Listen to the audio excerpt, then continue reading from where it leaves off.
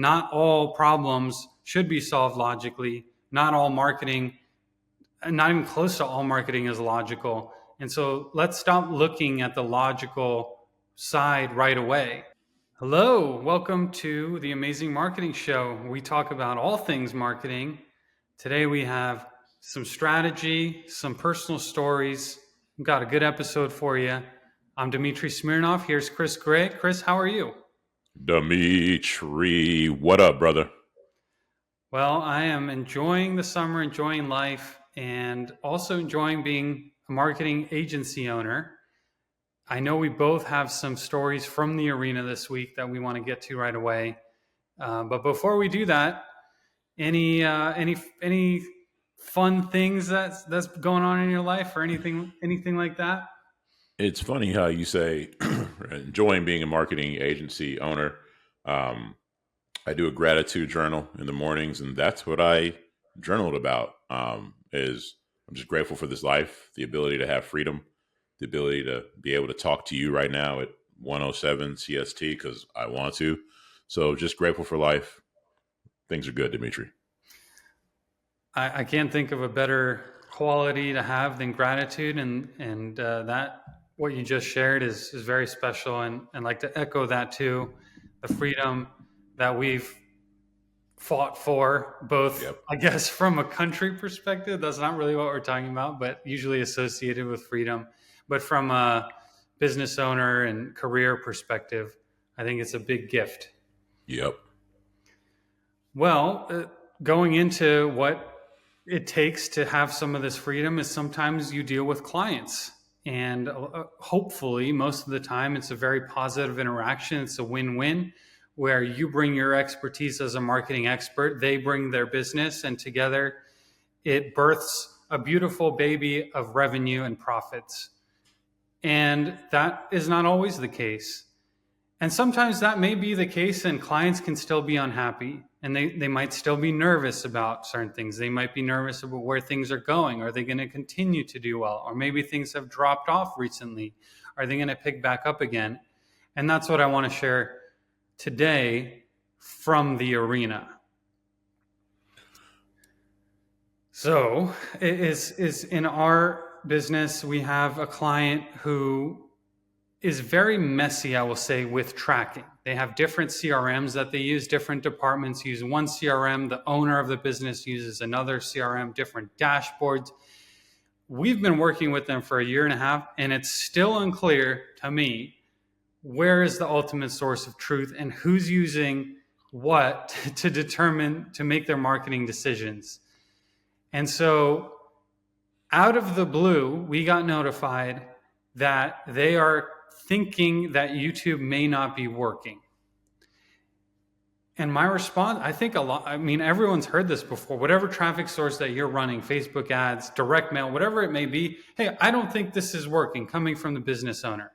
My question is, why? Is always why or how? Why do you think it's not working? What information are you using to make that determination? In this case, it appears to be a gut feeling. It's just a gut feeling. And it makes no sense. I don't know what to do with it. And maybe I want to ask you about this because this is in the realm of emotion and story. This is no longer data. So how do you deal with, or how do you recommend that I deal with a client whose gut feeling is saying this might not be working? That is a tricky one. Very tricky because now we're in the realm of emotion and feeling. And I know what doesn't work. Let's say my wife is a very logical woman, but like most humans, all of us, we get into our emotions. And so when I feel like my wife is bringing something to me that is emotionally charged, or my daughter, just the other day, Dimitri, she 2 nights ago, she's going through a growth spurt. She's having all these hormonal things happening. The other night, I had to replace her fan, like the fan that blows on her at night. I had to replace her fan, got rid of her old one, threw it away. Dimitri, you'd have thought I shot the dog in front of her, the way she acted. And I'm tired. It's been a long day. And she was just, again, you would have thought I killed her pet puppy, right? It was just an hour of just whatever. to go back to what you're saying is when somebody's in an emotional, highly charged emotional state, what does not work is logic. Doesn't work, right? So in the case of my daughter or my wife, when that happens, I lean into it and I embrace. For them, I might like literally hug my daughter while she's crying. To my wife, I'll just start exploring what's happening and walking through it. And then I think you hit the nail on the head. Is figuring out their story and finding out different ways to tell that story or your perspective of that story. But to my answer to your question is not really an answer. It is pretty much I know what not to do, which is to try to meet their emotion with logic. I think so many of us have been there where, especially logical people, or like it's the exact wrong thing to do, like you're saying, but we all keep trying to solve that problem Yes. logically anyway because it Yes. makes sense logically. So that's actually really good advice. I swear I was planning on solving this logically. So this is really helpful to set a reminder. And I think everyone listening, this is a reminder to you that not all problems should be solved logically. Not all marketing, not even close to all marketing is logical. And so let's stop looking at the logical side right away. A certain part of your audience will be logical, but only a part of the audience. So pause this and look at your campaigns right now. And is it all based on logic? Or do you have storytelling and emotion in there as well? If you're dealing with clients and you're talking to them weekly or bi-weekly, whatever it is, are your reports just based on data and logic? Or are you building in story and emotion into those things too? I think that's an important thing to take a look at. And Dmitri, just really quick, it hits on I had a story that was similar where a client was like, "Hey, pay per click is not working. Let's turn it off." And they turned it off, and their call volume went down. And so for this client, and since you're talking about there's different hats in this business, and there's these different hands, different people in the kitchen or whatever. With this client, I had to give them logic, and then a story behind the logic. So I hit the logic side, and then the emotional part was the story, but it built off the logic. In this case, these clients, long story short, they would the customers would look them up, click on a PPC campaign that would take them to the Google Business Profile, and from the Google Business Profile, they would go to the customer's website and then call.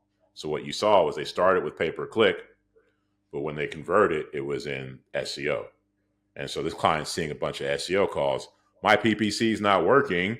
Let me turn that off because I'm getting this SEO. They turn PPC off. What happens?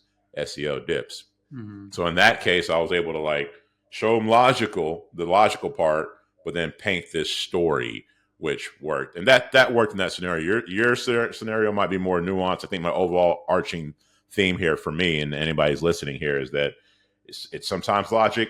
A lot of times it's emotion, especially if they're emotional, and sometimes it's both. It's all dynamic, right?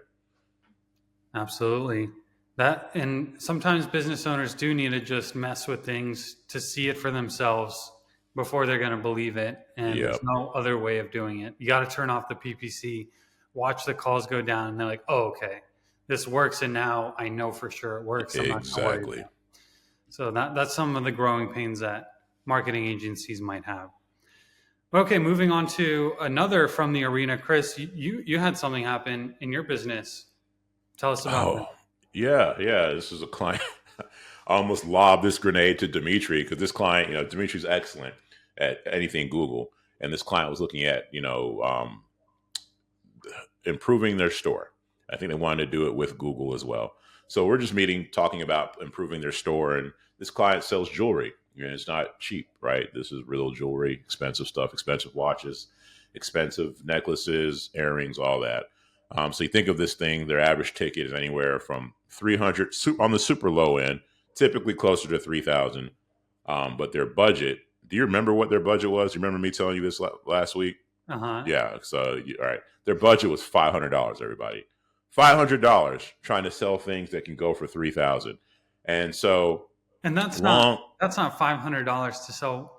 Is it? It's just total budget of 500 Total to budget monthly sell $500. many products of $3,000. Yes, and this is prior to the agency fee, right? So take the agency fee out of this 500, like you have no money the way we run it, and so we're like, I'm telling her like I am being super transparent with this individual, just in the most candid way. And even to the point where, okay, this is your $500 budget and this is all you can do. Okay, this is what I would do. I'd pick one product. I would do, like, I'm giving her everything I can. And I don't know much, Dmitri. I don't know much. But I'm decent. When it comes to the average person, I know more about marketing and jiu-jitsu because I spend a lot of time about that. I'm not saying I'm the best in those areas by any means, but I know in those two areas I'm decent because I put so much time into them. I'm giving her the game, Dimitri, and I asked her. I could see her face. I'm like, okay, well, so and so, what are you thinking?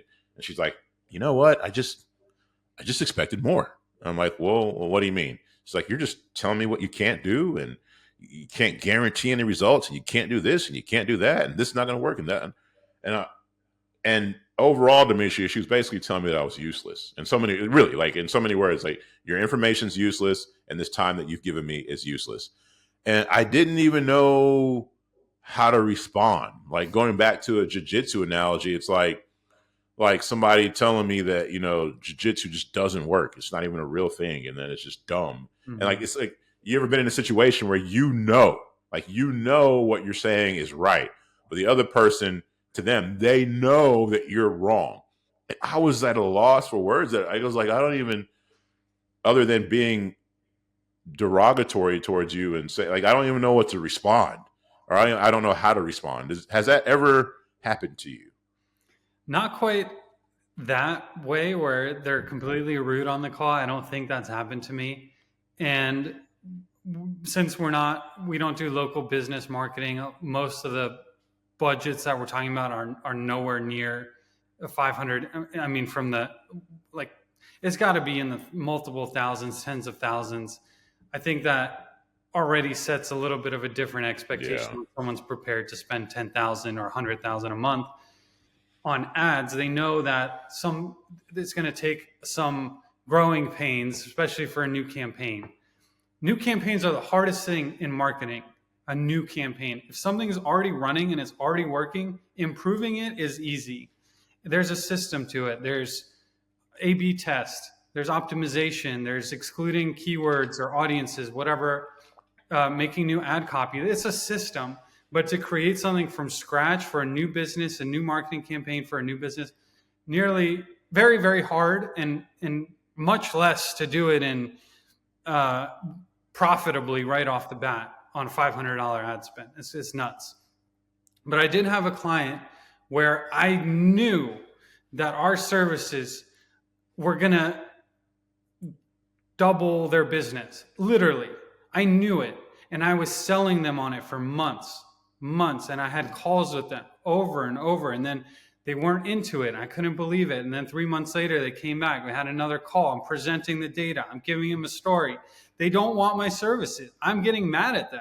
Eventually, like at some point where I'm like, I'm definitely going to close them. And then I didn't. They didn't. I actually got mad and complained to like a third party who introduced us. I'm like, what the heck?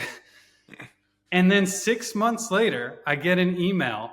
Hey, can we talk again? I close them on the spot. And within 2 months, we double their business. And then and the owner's like, I see why you got mad. I get it. I get it now. So it happens, man. It happens. I think any marketing owner, agency, executive, manager can relate. Yeah, man. And shout out to that owner for being aware enough to come to you and say, "Hey, I see why you were getting frustrated with us." Because you could do that. I've had not situations quite as intense as what I described, but situations where we're telling the owner or telling somebody something, and then they finally do it, and then they claim credit for the idea. If that makes any sense at all. Like, it's, well, whatever. It got done. I don't care. But Shout out to Well, that it owner does. for No, you know what? Claim yeah, for the idea matters. yeah, Unless you're trying to incept the idea. Great movie, by the way. But like yes, sometimes you got to actually get the.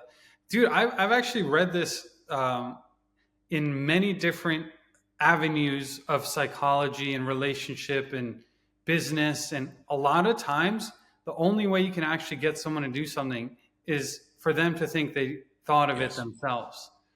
And it's not always the right thing to do because if you don't get credit for it, you might get fired or whatever because they think they're so brilliant. But in many cases, it's actually the right business or relationship decision. yeah. There's times where that is most definitely needed. I'm reading a book right now called The Ellipsis Manual. I think Perry Belcher recommended Yeah. it, and I it's basically a neurolinguistic programming slash body language book, right? The guy who wrote it, or girl, whoever it is, to me, I think they're doing some marketing the way they present it, 'cause they make it seem like as if this is something CIA agents and Hmm. FBI people use. But it's it's entertaining the way they try to frame the book. Yeah. But it talks about things like that, like neurolinguistic programming and inserting ideas and things for people. And I think to your point, there's times where that is most definitely needed, where in order for this person to achieve this goal that's best for them, I need to make them feel as if this is their idea. Hmm. I started reading that book too. I got maybe I was starting to skip around a little bit. It was not an easy read in my opinion. Like you No. get excited about the book at the beginning, like, oh man, this seems like a secret and nobody knows. And then you're like, can I actually use it? Is it actually going to work? Yeah.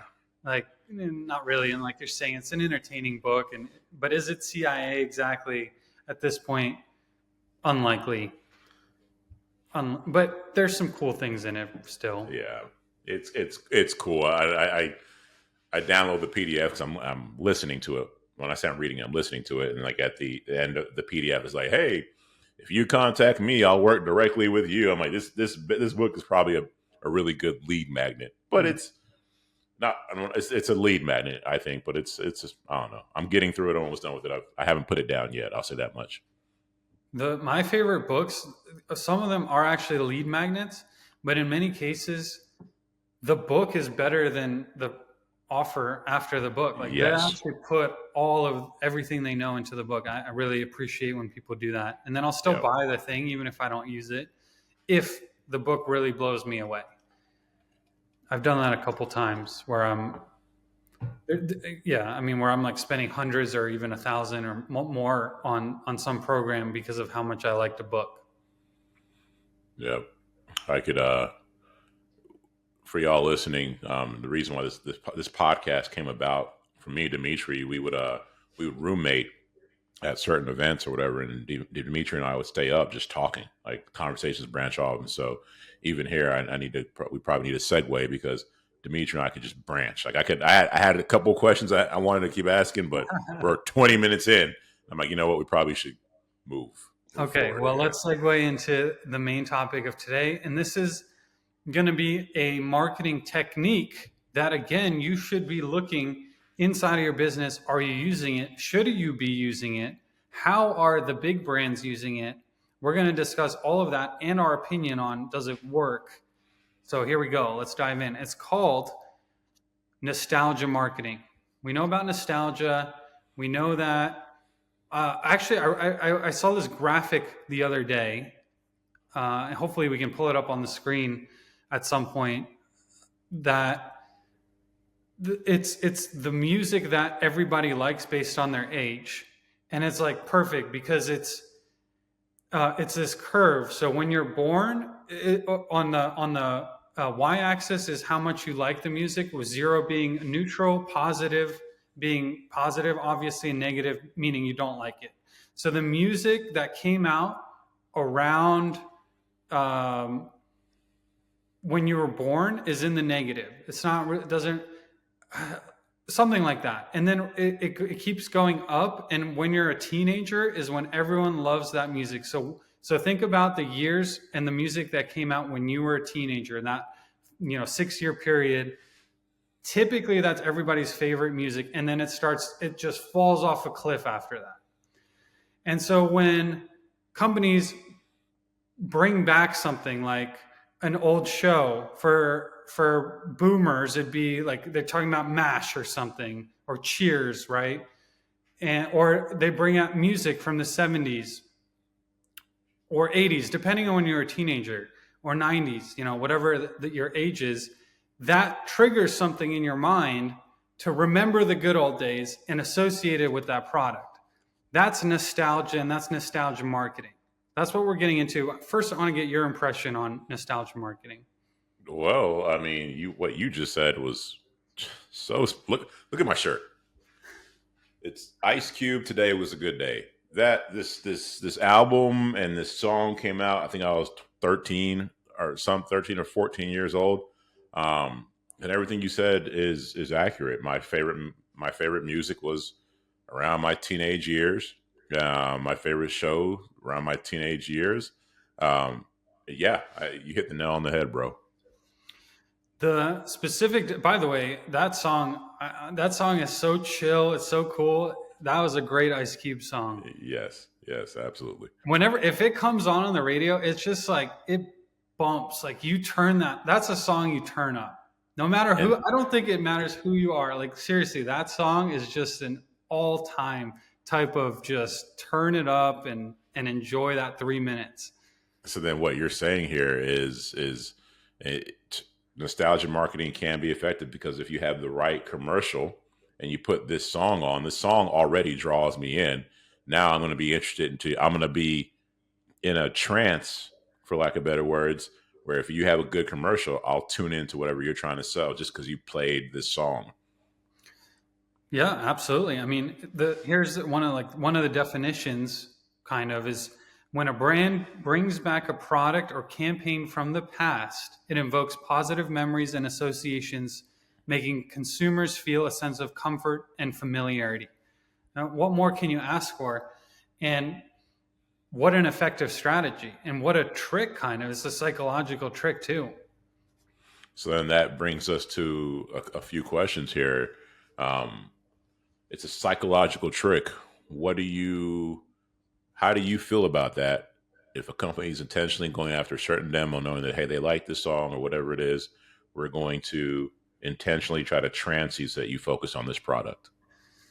I think it depends on the product for me. If it's something, I like brands that actually have the end user in mind. I know everyone's trying to make money, but there's a big difference between I'm going to make money by feeding the public high fructose corn syrup and other terrible ingredients and trick them into buying this by saying it's sugar free or like whatever, like a trick. It's literally a trick. I don't like that. But if you're selling something that's Italian pasta that's grown without pesticides and, and some kind of, not to be stereotypical, but like the Mario theme song plays, I think that's a good thing because you're selling a good product. So I'm okay with that. You could throw it into the realm of politics, which is dirty all across the board. But if someone actually is coming out with a real message and a real goal that they're planning on fulfilling on, and they're using nostalgia marketing, I'm good with that. But if they're tricking people, if they're lying to people, I'm against it. That's kind of hard. That's hard to argue with. Then my next question to you would be: have you ever used nostalgia marketing? Has there been an instance where it made sense for the type of work you do?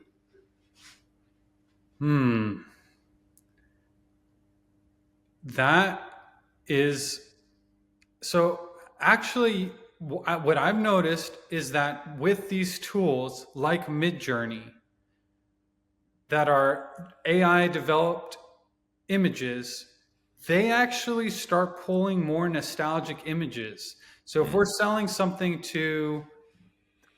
I actually never thought of this before until you asked me this question.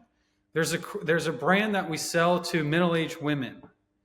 And we started playing around with Midjourney, and it was all kind of this 1950s, post World War II, stay at home, middle class, that type of image, and like it felt right for that brand, and that's totally nostalgic that we used for that specific audience. And I think we're selling a really good product for them. It's like an easy to use software.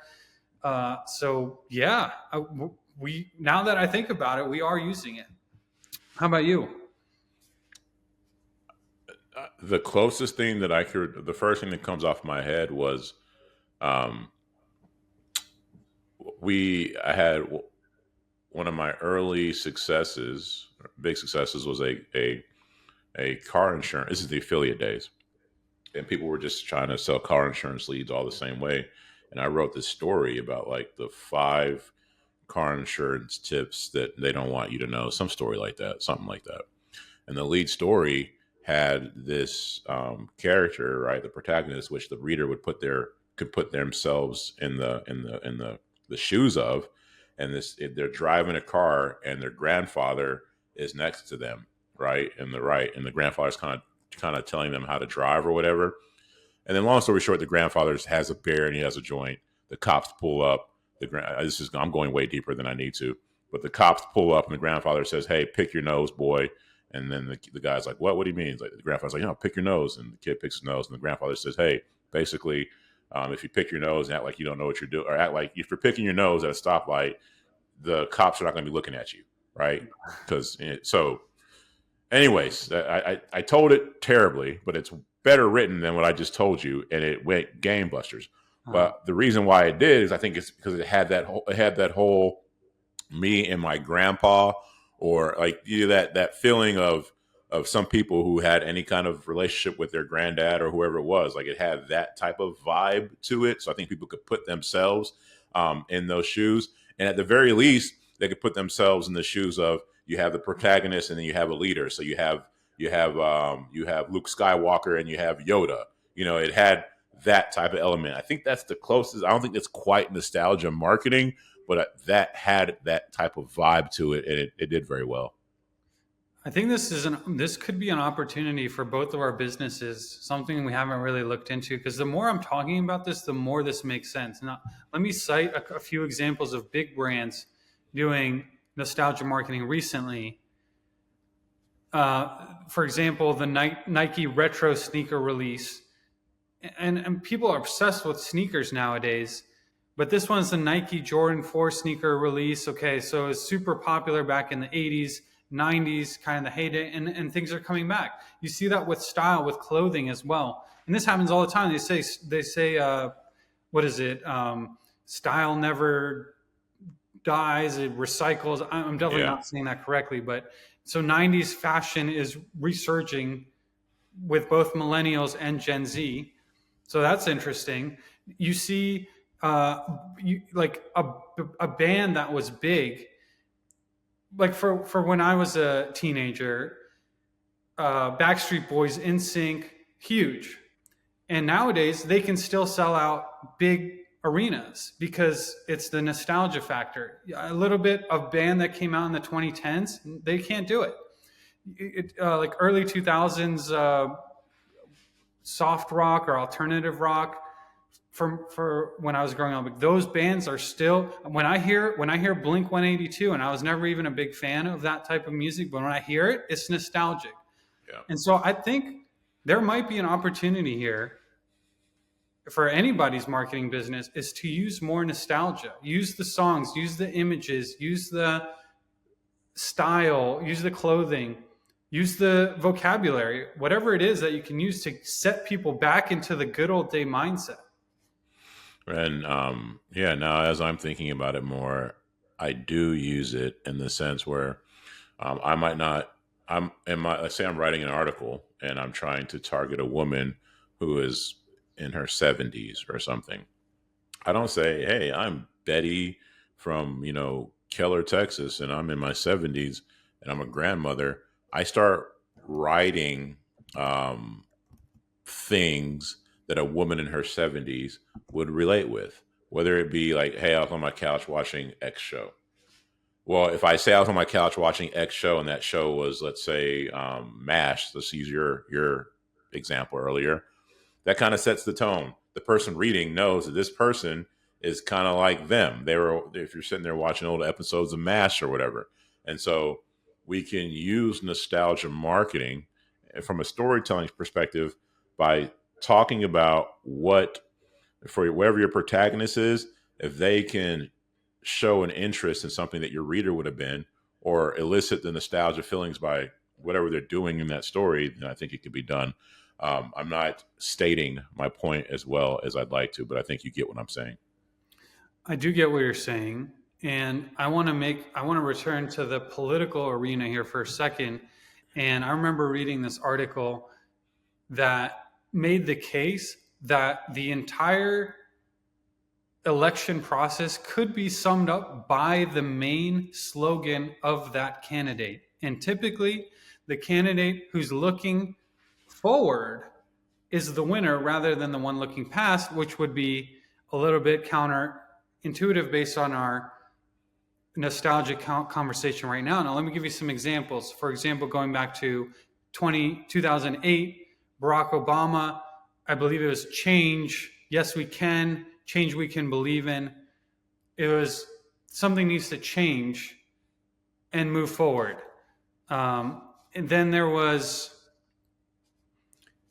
so I want to contrast that with what's going on now in 2016 with Donald Trump and now in 2020 and 2024 again. But it was Make America Great Again, which is actually very much nostalgic. And I believe there's a South Park episode about this, which is kind of funny now that I'm thinking about. Like they actually did is like something about remember when this was like this, and let's do that again. So from this campaign, it seems like they are very much using nostalgic campaign. It won in 2016, it lost in 2020.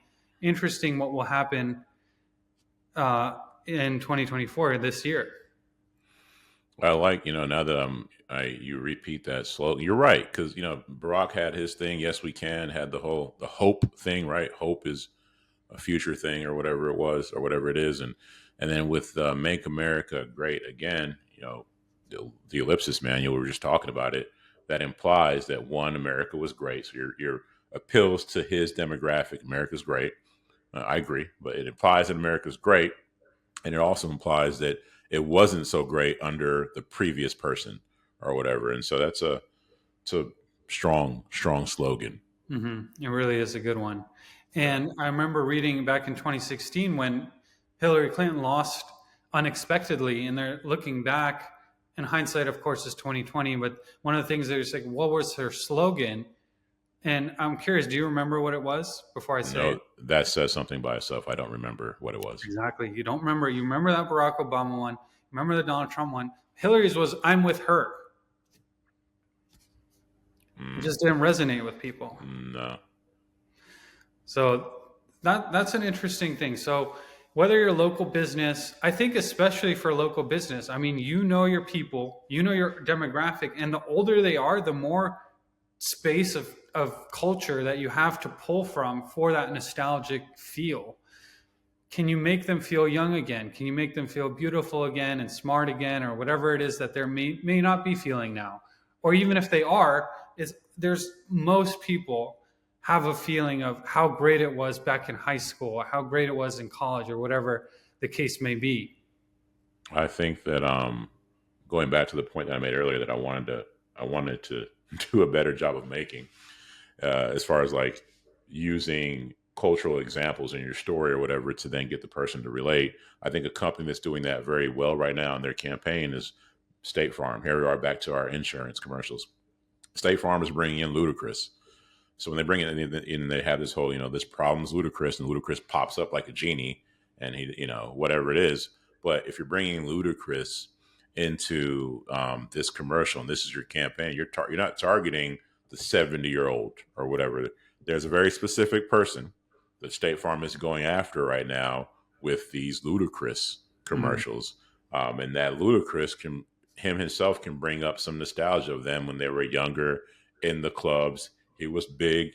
He had big songs or whatever. So they're quite clearly going after an age group with this nostalgic Ludacris campaign.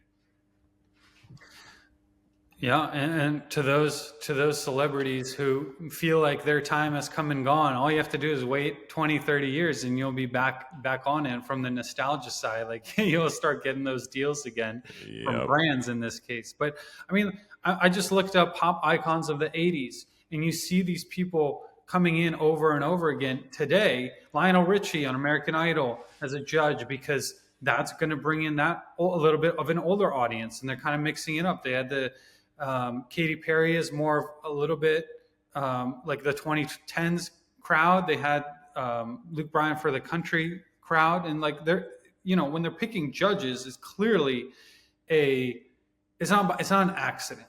Okay, the judges are bringing people in. That's why they get paid so much.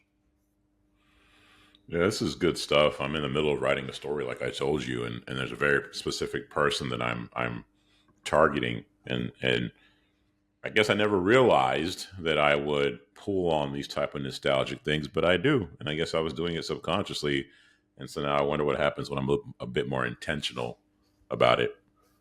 Yeah, and so like if you're a brand that sells physical products, whatever it may be, it could be anything, it could be generic, but in marketing, your goal is to, unless you're competing on price, which is a very difficult thing to do, and you must have amazing connections in China because that's the only way to win that game. But in marketing is all about how are you differentiating yourself. Look at Legos, look at Polaroid. They all were down and then now they're back up and they're using nostalgia. I played with Legos, like maybe our parents played with Legos. They want to pass it down.